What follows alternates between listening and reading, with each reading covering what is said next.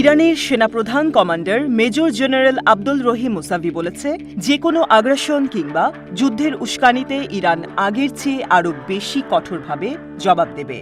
বৃহস্পতিবার তেহরানে বেশ কয়েকজন ইরানি সেনা কমান্ডারের সাথে এক বৈঠকে মুসাভি এই কথা বলেন। বৈঠকে যে কোনো সম্ভাব্য হুমকির মুখে সেনাদের সর্বোচ্চ সতর্ক থাকার জন্য বলেছেন মুসাভি। একই সাথে তিনি আবারও মনে করিয়ে দিয়েছেন যে এই মুহূর্তে কোনো যুদ্ধে জড়িয়ে পড়ার ইচ্ছে নেই ইরানের। চলতি মাসের শুরুতে ইসরায়েল অধিকৃত অঞ্চলগুলোতে ইরানের প্রতিশোধমূলক সিরিজ হামলার ঘটনায় ইরানের সেনাবাহিনী, ইসলামী বিপ্লব গার্ড কর্পস বা আইআরজিসি এবং প্রতিরক্ষা মন্ত্রণালয়ের মধ্যে সম্পর্কের উন্নতি হয়েছে বলে জানিয়েছেন ইরানের সেনাপ্রধান।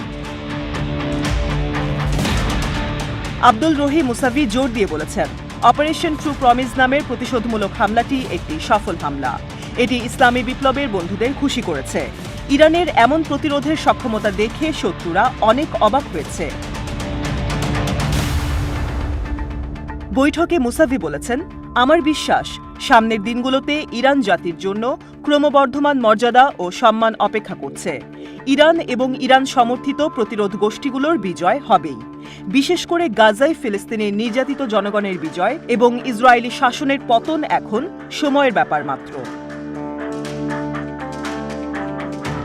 এর আগে ইরানের পররাষ্ট্র মন্ত্রণালয়ের মুখপাত্র নাসের কানায়ানি ইসরায়েলকে কঠোর হুঁশিয়ারি দিয়ে বলেন, ইসরায়েল যদি ইরানের ওপরে কিংবা তার স্বার্থের বিরুদ্ধে আর কোনো ধরনের আগ্রাসন চালানোর চেষ্টা করে, তাহলে আরও শক্তিশালী জবাব দেওয়া হবে।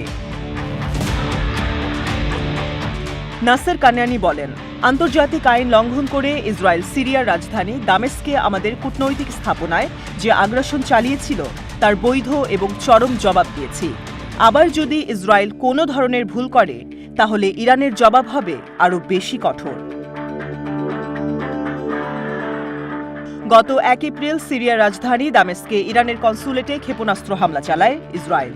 ওই হামলায় ইরানের ইসলামী বিপ্লবী গার্ড কর্পসের কুদস ফোর্সের কমান্ডার জেনারেল মোহাম্মদ রেজা জাহিদি আর ডেপুটি জেনারেল মোহাম্মদ হাদি হাজি রাহিমি সহ আরও 5 জন সহকারী অফিসার নিহত হয়। এর প্রতিশোধ হিসেবে গত 13 এপ্রিল ইসরায়েলে ক্ষেপণাস্ত্র ও ড্রোনের সিরিজ হামলা চালায় ইরান। অপারেশন ট্রুথফুল প্রমিস নামের প্রতিশোধমূলক এই হামলায় অধিকৃত ফিলিস্তিনি ভূখণ্ড জুড়ে অবস্থিত ইসরায়েলি সামরিক স্থাপনাগুলো ক্ষতিগ্রস্ত হয় বলে দাবি তেহরানের।